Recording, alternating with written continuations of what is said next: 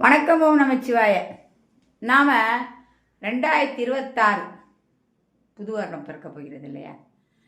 இதனால நம்ம ரொம்ப ஆர்வமாக இருக்கும். நம்ம ராசிக்கு இந்த வருஷம் என்னதான் நடக்கும், இந்த வருஷமாக நன்மை நடக்குமா அப்படிலாம் நம்ம எல்லாருமே நினைப்போம். இது கரெக்டு, எல்லோரும் நினைக்கிறது கரெக்டு தான். நான் இப்போது இந்த வருடத்துக்கு 2026 ஒரு ராசிக்கு நான் சொல்கிறேன். இன்றைக்கி மேஷ ராசிக்கு பார்ப்போம், சரிங்களா? இந்த மேஷ ராசிக்கு பார்த்தீங்கன்னா, அந்த ராசியில் இருக்கிற மேஷ ராசிக்காரங்களுக்கு ஒரு குணம் என்னென்னா, ரொம்ப கோவப்படுவாங்க. ஏதாவது செடுக்குன்னு எதாவது பேசிடுவாங்க. ஆனால் அதுக்கப்புறம் ரொம்ப வருத்தப்படுவாங்க. ஐயோ நம்ம பேசிட்டோமேன்னு போய் வருத்தப்படுவாங்க. அவங்களுக்கே உள்ள பிரத்யேகமான குணம் அது. அது ஒன்றும் பண்ண முடியாது. கொஞ்சம் யோசனை பண்ணி பேசுங்க, சரிங்களா? 2, இவங்களுக்கெல்லாம் 7.5 சனி ஆரம்பிக்க போகுது. அடி கதவை தட்டி உள்ளே வரலாமான்னு வரப்போகிறாரு.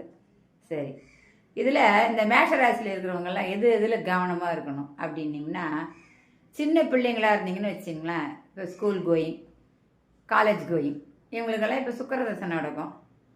சுக்கிரதசையில் உங்களுக்கு 7.5 சனி.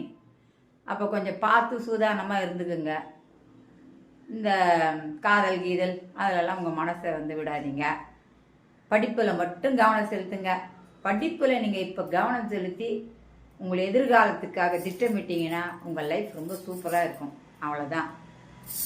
பெரியவங்களுக்கு என்னென்னா, கொஞ்சம் ஒரு 50 வயசு மேலே இருந்தால் ஹெல்த்தில் கொஞ்சம் கவனம் செலுத்துங்க. உங்களுக்கு சொத்து வாங்கிறதுக்குரிய நேரம் வந்திருக்கு. இதுக்குள்ளே யாராவது சொத்தே வாங்கியிருப்பீங்க, மேஷராசிக்காரங்க வாங்குவீங்க. ஹெல்த்தில் கொஞ்சம் கவனமாக இருங்க. ஏன்னா உங்களுக்கு 10ஆம் இடத்தில் கும்பத்தில் இருக்கிறாரு. அங்கேருந்து உங்களுக்கு சனி தசை, சனி 7 சனி நடக்குது. அதனால் நீங்கள் கொஞ்சம் பத்திரமா இருந்துக்கணும். கும்பராசிக்காரங்கிட்ட கொஞ்சம் பத்திரமா நடந்துக்குங்க, சரிங்களா? மற்றபடி இந்த வருஷத்தில் உங்களுக்கு எல்லாமே நல்லா இருக்குது. எல்லாருக்கும் தசா புத்தி என்னன்னு தெரிஞ்சாதான் நாம் கரெக்டான ஒரு விஷயத்த சொல்ல முடியும். இப்போ 20 வயசுக்குள்ளே சுக்கிர தசை நடக்குது, 25 வயசுக்குள்ளே அது முடிஞ்சிடும். அப்படியாப்பட்டவங்களுக்கு எஜுகேஷன், அதுக்கு அடுத்த தசை நடக்கிறவங்களுக்கெல்லாம் வேலை வாய்ப்பு, கவர்மெண்ட் வேலை கிடைக்கிறதுக்கான சான்சஸ் எல்லாம் உண்டு.